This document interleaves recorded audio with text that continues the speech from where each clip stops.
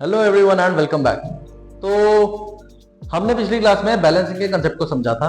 आज हम उसी का क्वेश्चन कर रहे हैं, फिर उसके बाद बैलेंसिंग के क्वेश्चन आप कुछ प्रैक्टिस करेंगे और उसके बाद फिर हम आगे बढ़ जाएंगे। ठीक, चलिए देखिए यहाँ पर है Fe plus H2O gives Fe3O4 plus H2। सबसे पहला हमारा टास्क क्या होता है, सबसे पहले आपको एलिमेंट्स आइडेंटिफाई करने पड़ते हैं, कौन से एलिमेंट है।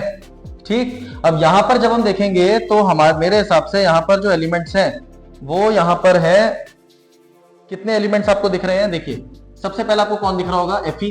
एक हमें दिख रहा है कौन, Fe। आयरन की बात करें तो आपको सबसे पहले कौन दिख रहा है, Fe दिख रहा है। ठीक, ये लिख देते हैं यहां पर F इंटू E। ये अच्छा नहीं लग रहा, अच्छा कलर लेते हैं कोई, है ना। चलिए थोड़ा कंट्रास्टिंग कलर लेते हैं, यहां पे लिखेंगे हम किसको, Fe को। पहला एलिमेंट मिल गया। दूसरा एलिमेंट आपको कौन दिख रहा होगा, H2 दिख रहा होगा, हाइड्रोजन। तो मतलब H2 नहीं लिखेंगे, एलिमेंट सिर्फ हाइड्रोजन है बेटा, H2 तो उसके नंबर ऑफ एटम्स है ना। फिर एक और आपको कौन दिख रहा है, ऑक्सीजन दिख रहा है। आयरन दिख रहा है, हाइड्रोजन दिख रहा है, ऑक्सीजन दिख रहा है। बेटा पहले तो ना एक चीज समझना, जितने एलिमेंट्स आपको रिएक्टेंट साइड में दिख रहे होंगे उतने ही एलिमेंट्स आपको प्रोडक्ट साइड में दिख रहे होंगे। अगर कोई देखो, कंजर्वेशन ऑफ मास क्या कहता है, मास can neither be created nor be destroyed. तो ऐसा तो हो नहीं सकता कि वहां पे कुछ और एलिमेंट्स थे, यहाँ कुछ नए बन गए। नए एलिमेंट्स कभी नहीं बनते, तो इसीलिए जो वहां है वही एलिमेंट यहाँ दिखेंगे। वहां आयरन है, यहाँ भी आयरन है, वहां ऑक्सीजन है, यहाँ भी ऑक्सीजन है, वहां हाइड्रोजन है, यहाँ भी हाइड्रोजन है। पहले तो ये समझिए। ठीक, अब जरा इनके नंबर ऑफ एटम्स कैलकुलेट करके बताइए मुझे। आयरन की अगर हम बात करें बेटा, रिएक्टेंट साइड, ये रिएक्टेंट साइड, ये वाली जो है, इस रिएक्टेंट साइड में आयरन के नंबर कैलकुलेट करेंगे तो Fe मेरे हिसाब से मुझे सिर्फ एक ही दिख रहा है। Very good. हाइड्रोजन की बात करें, ये रहा हाइड्रोजन, देखो हाइड्रोजन कितने दिख रहे हैं हमें, 2 दिख रहे हैं। ऑक्सीजन की बात करें तो ये रहा ऑक्सीजन, ऑक्सीजन में कितने दिख रहे हैं, एक ही दिख रहा है। ऑक्सीजन दिख रहा है एक, ये देखो बेटा ये रहा हाइड्रोजन दिख रहे हैं 2, और आयरन कितना दिख रहा है, एक। इतनी चीज समझ आ गई। अब जरा प्रोडक्ट साइड में आ जाओ। प्रोडक्ट साइड में आएंगे तो आयरन देखो कितने दिख रहे हैं, ये रे 3 आयरन है, तो यहां पर क्या लिख देंगे हम, 3। ऑक्सीजन देखो कितने दिख रहे हैं, 4 ऑक्सीजन दिख रहे हैं, तो ऑक्सीजन कितने लिख देंगे, 4। हाइड्रोजन देखो कितने दिख रहे हैं, 2 हाइड्रोजन दिख रहे हैं, हाइड्रोजन कितने लिख देंगे हम, 2। अब जरा देख के बताओ कुछ भी बैलेंस्ड है। हाँ जी, हमारे हिसाब से अभी तक हाइड्रोजन में हमें कुछ करने की जरूरत नहीं है, आयरन को बैलेंस करना और ऑक्सीजन को बैलेंस करना। देखो दोनों नंबर्स को आराम से बराबर करा जा सकता है। आयरन की अगर हम बात करें 1 और 3 है, अगर मैं यहां पर किससे मल्टीप्लाई कर दूं, 3 से, कौन सी साइड में, रिएक्टेंट साइड में अगर मैं 3 से मल्टीप्लाई कर दूं मेरी बात बन जाएगी। तो रिएक्टेंट साइड, ये रिएक्टेंट साइड, इसमें आयरन का है, ये रहा, इसको किससे मल्टीप्लाई कर दो अभी के लिए, 3 से। जब आप इसे 3 से मल्टीप्लाई करोगे तो दोनों तरफ आयरन क्या हो गए, बराबर हो गए। हाइड्रोजन भी क्या है, बराबर है, फर्क आता है सिर्फ किस पर, ऑक्सीजन पर। अब उसको वो करना है, और ऑक्सीजन को चेंज करते ही अभी रिएक्शन फिर से और बैलेंस करनी पड़ेगी, चेंज हो जाएगी। देखिए ऑक्सीजन, उधर 4 ऑक्सीजन है, यहां पर 1 को 4 बनाना है तो मल्टीप्लाई कर दो किससे, 4 से।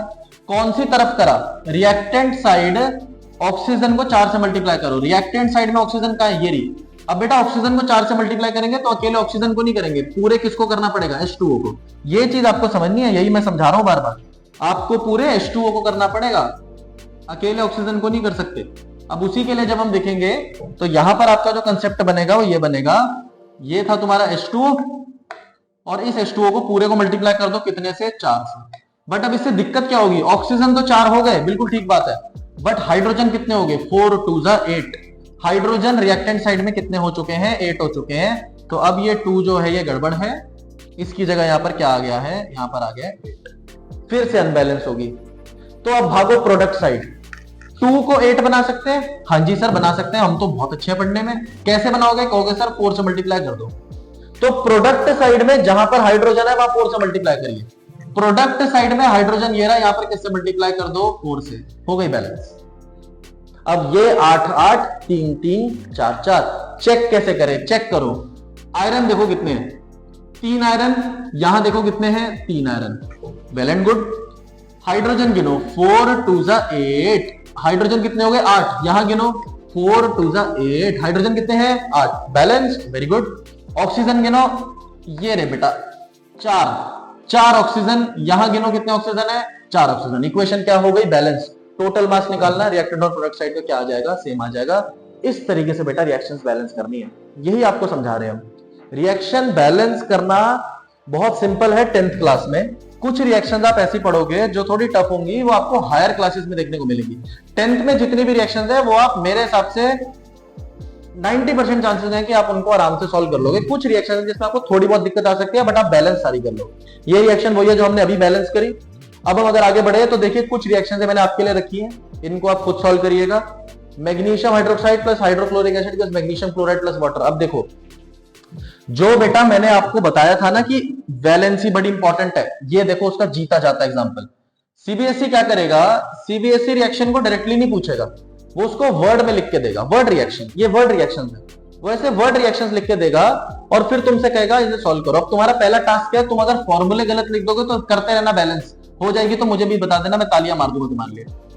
मैग्नीशियम का हाइड्रोक्साइड बनाना है, मैग्नीशियम का हाइड्रोक्साइड, मैग्नीशियम की वैलेंसी कितनी होती है, सिंबल पहली बात तो Mg, वैलेंसी +2, हाइड्रोक्साइड की वैलेंसी -1, क्रॉस मल्टीप्लाई करो, मैग्नीशियम हाइड्रोक्साइड बनेगा MgOH का होल ट्वाइस। ऐसे बनाना सीखना है बेटा, इसीलिए कह रहा हूं वैलेंसीज इंपॉर्टेंट है। वैलेंसीज याद होंगी तो यहां पे घबराओगे नहीं, तुरंत बना दोगे।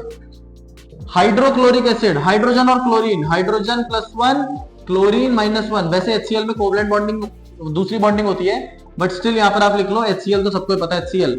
मैग्नीशियम का क्लोराइड, फिर से वही चीज, magnesium valency +2, chlorine valency -1, cross multiply करो क्या बन जाएगा MgCl2, और साथ में क्या बनना है वाटर, ये तो तुम्हें पता ही है।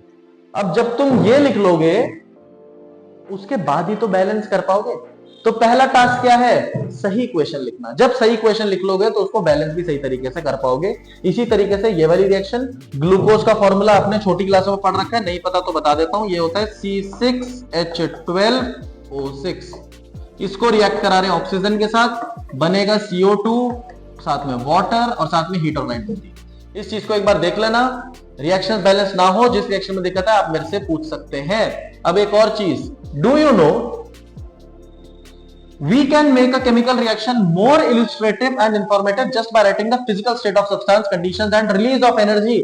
मतलब आप बेटा बहुत सी रिएक्शन ऐसी देखोगे जिसमें उन्होंने स्टेट लिखी होगी। फॉर एग्जांपल स्टेट्स क्या क्या हो सकती हैं, अगर मैं जो रिएक्टेंट ले रहा हूं वो सॉलिड स्टेट में है तो मैं ब्रैकेट में लिख देता हूं S, अगर वो लिक्विड स्टेट में है तो मैं ब्रैकेट में लिख दूंगा L, अगर वो गैसियस स्टेट में है तो मैं ब्रैकेट में लिख दूंगा G, या फिर ऊपर की तरफ एरो बना देते हैं, ऊपर एरो मतलब गैस बाहर निकल रही है। अगर वो सॉल्युबल नहीं है, उसने प्रेसिपिटेट बना दिया, प्रेसिपिटेट बना दिया, तो ऐसे डाउनवर्ड एरो दिखा देते हैं या फिर ब्रैकेट में लिख देते हैं PPT। और अगर वो सॉल्युबल है तो वो बनाएगा एक्वस, उसके ब्रैकेट में लिखेंगे AQ। अब जरा ध्यान से देखिए, फॉर एग्जांपल अगर मैं आपके सामने एक रिएक्शन लिखूं CaO plus H2O will give CaOH का होल ट्वाइस, ये रिएक्शन हम अभी देखेंगे। तो बेटा यहां पर जो CaO है ना, इसके ब्रैकेट में मैं लिख दूंगा सॉलिड क्योंकि ये पाउडर होता है, H2O के ब्रैकेट में लिख दूंगा लिक्विड, और जो कैल्शियम ऑक्साइड बनेगा पानी में हल्का बहुत सॉल्युबल होता है तो इसके ब्रैकेट में लिख देंगे एक्वस।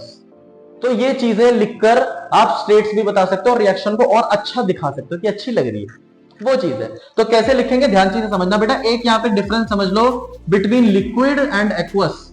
देखिए लिक्विड होती है प्योर फॉर्म, प्योर स्टेट, जैसे प्योर सब्सटेंस होता है ना, 9th क्लास में पढ़ा था, वही होता है लिक्विड। फॉर एग्जांपल मैं पानी जो होता है आपने पढ़ा था प्योर होता है, मतलब उसके अंदर सारे ही जो एटम्स होते हैं वो H2O के होते हैं, इसके अलावा कोई मिलावट नहीं होती। तो वाटर जो है वो प्योर है, इसीलिए इसके ब्रैकेट में लिखेंगे लिक्विड। यहीं पर अगर मैं किसी मेटल को मोल्टन स्टेट में ले जाता हूं, उसे पिघाल देता हूं, मोल्टन स्टेट में ले जाता हूं, तो उसके ब्रैकेट में भी मैं लिखूंगा लिक्विड क्योंकि वो प्योर है। अगर मैं लोहे को पिघाल दूं, मैं आयरन को मेल्ट कर दूं, तो मैं उसके ब्रैकेट में लिक्विड लिखूंगा, लिक्विड आयरन, क्योंकि वो प्योर है। ये चीज समझिए आप। बट यहीं पर अगर मैं इसी वाटर के अंदर किसी चीज को मिला देता हूं, किसी चीज को मिक्स कर देता हूं, तो यहां पर दो कंडीशन, या तो वो डिसॉल्व होगा, मतलब डिसॉल्व हो जाएगा, या फिर वो डिसॉल्व नहीं होगा, इनसॉल्युबल रहेगा। अगर डिसॉल्व हो गया तो ब्रैकेट में लिखते हैं एक्वस, अगर डिसॉल्व नहीं हुआ, इनसॉल्युबल है, तो ब्रैकेट में लिखते हैं प्रेसिपिटेट। ये मैंने आपको प्रेसिपिटेट अभी भी बताया था, इनसॉल्युबल फॉर्म। अब ये मत घबराना कि सर हमें कैसे पता चलेगा कौन सी चीज डिसॉल्व होती है, कौन सी चीज नहीं होती है। बेटा ये चीजों को ज्यादा प्रेफर मत करो। जब आप जैसे जैसे आप रिएक्शंस पढ़ते जाओगे ना, आपको पता लगने लगेगा या याद रहने लगेगा कौन सी चीज एक्वस स्टेट में रहती है, कौन सी चीज डिसॉल्व स्टेट में रहती है, मतलब या फिर इनसॉल्युबल रहती है। प्रेसिपिटेट्स कुछ ही चीजों का बनता है, वो रिएक्शंस आप अलग से पढ़ोगे, उसके अलावा ज्यादातर चीजें जो है वो आपको एक्वस स्टेट में ही मिलेंगी। ठीक, तो यहां तक बेटा हमारा अभी तक मेन चैप्टर जो है वो नहीं स्टार्ट हुआ था। अब हमारा मेन चैप्टर स्टार्ट होगा, that is types of chemical reactions. और ये टाइप्स ऑफ केमिकल रिएक्शंस जो है इसे हम नेक्स्ट लेक्चर से देखेंगे। तब तक बाकी सब चीजों को अच्छे से प्रिपेयर करके रखिए, कोई भी डाउट आता है पूछ के रखिएगा। Thank you.